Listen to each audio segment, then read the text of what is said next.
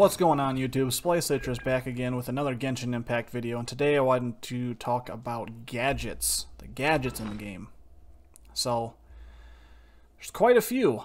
Some of these are event specific and don't really offer much in sense of utility. But some of them really come in handy. Like this one, for example, the Geo Treasure Compass. So we can equip this, and then you can see it goes down on the Z hotkey over here. And then if you use it, well, I'm not in Liwa right now, but when you use it, let's just swap to the Mondstadt version, the Animo Treasure Compass. We'll equip that. So when I use it, it pings in front of me like that, and if there is a treasure chest nearby, that swirl that goes around that orb will actually point or flow towards the direction of the chest. So if there aren't any treasure chests nearby, the cooldown is only 4 seconds. However, the cooldown is like 15 seconds or so if there is a treasure chest nearby. So that can be super handy if you're trying to knock out those achievements for collecting the 300 chests in Mondstadt and the 700 in Liwa. As well as if you're just a completionist and you just want to get all of them, get some extra Primo Gems, some extra artifacts. Super, super useful. Up next, we've got the portable Waypoint. So this one is also very, very handy. I frequently will put this next to like the Geo Hypostasis because that's one of the world bosses that's kind of a pain in the butt to run to.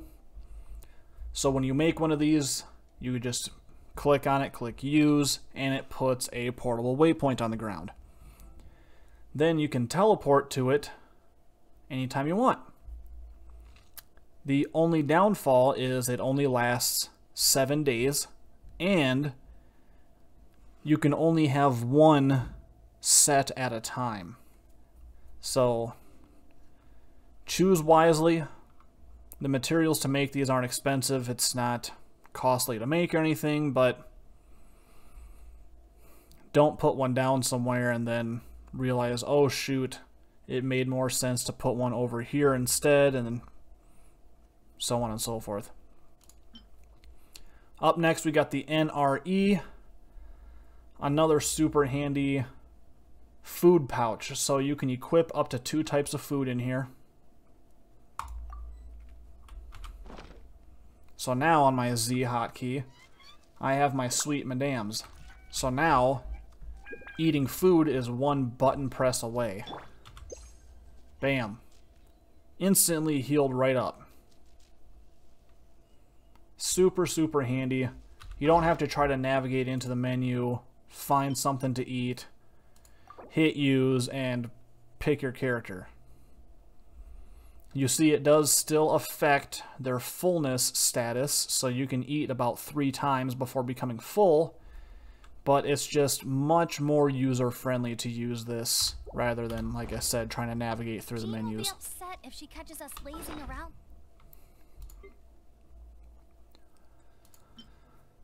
Minisely, this was of course from the Sealy event we had, where you got to pick either the pink, blue, or yellow. I picked yellow, and then of course it just floats around. Doesn't really do anything. Purely cosmetic, but hey, it's pretty cool. Then we got the camera. This is handy just for snapping a quick shot. You equip it, and then that assigns to your Z hotkey, and then you hit Z, and it snaps a picture. Pretty basic though. Then up next we got the special camera. Same thing, except you get a little special flourish around the edge.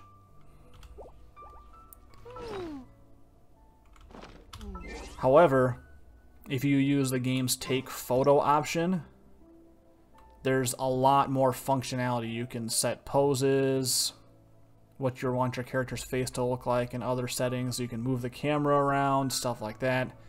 So if you really want to get in depth on it, use the take photo option instead of the camera gadgets. Parametric Transformer. So this is a new one. This item has a 7-day cooldown. However, when you put it on the ground, you have to put 150 materials into it and then charge it up with elemental attacks. And then it spits out random rewards. So you can use it to burn through all those berries and pine cones you have. I've put 150 pine cones into this thing, and it spat out all sorts of talent materials. I've also gotten XP books, purple ones even, blue ones. So you definitely want to make sure you're using this every 7 days. Pro tip, if you put it near one of these purple crystals, you want to make sure you're standing close enough so that when you put it down, it actually zaps it, because you do have to stand pretty close to get zapped. But if you put it down right next to it, these crystals will zap it for you, and it'll charge it up very, very quickly, and you won't have to try to use a character with a fast elemental skill cooldown to get it charged up. These two we just got with the 1.4 Wind Bloom event. This one, pretty basic. It just releases a balloon in the air, and once it reaches a certain height it'll pop, or you can shoot it yourself and pop it.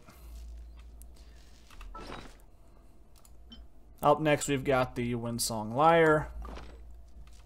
So you can use this to play songs. And then it just uses the keys on your keyboard, or you can click on them. Kind of cool. There's already been videos populating online, people playing Happy Birthday song, theme songs from the game, so on and so forth. Kind of a neat little gadget. Up next we've got the Animoculus and Geoculus Resonant Stones. So when you equip these and you hit your key to use it, it'll actually scan the area and tell you if there's any Animoculus or Geoculus nearby. So if you're trying to find those last few to get your tower level capped, these can be super, super handy. So if it does find one nearby, what'll happen is, if you're familiar with the city bounties that you can do, it'll put a big yellow circle on your map. And so basically it'll show you where to look for to find the Geoculus or Animoculus. However, it is time limited, so you really got to be quick on it. And furthermore, I've collected all of mine, so I'm not entirely positive, but I'm pretty sure you can keep using these to ping. And what it'll do is, much like the treasure compasses, you'll see a ribbon of light kind of pointing towards the direction of the Animoculus and Geoculus. So then lastly, we've got the Dyeseeker Stove. Kind of neat. This one you can't assign to it, you just use it. It is a one-time use item. You can't pick it back up. And I would strongly suggest not using it near enemies, as it will break if you enter combat. So it can be great if you're just trying to cook some food on the go without having to go through excessive loading screens to go back to town, to go to a fire, to cook food, and then go back to your domain to keep farming it out some more, etc., etc. But I don't know. It's got its utility, but whether it's useful to you or not is totally up to you. But anyway, that's going to do it for this one. It's got some pretty nifty gadgets in here. Make sure you check them out. Craft the ones you need. Craft the ones you like. Make sure to like, comment, and subscribe. And we'll see y'all for the next one.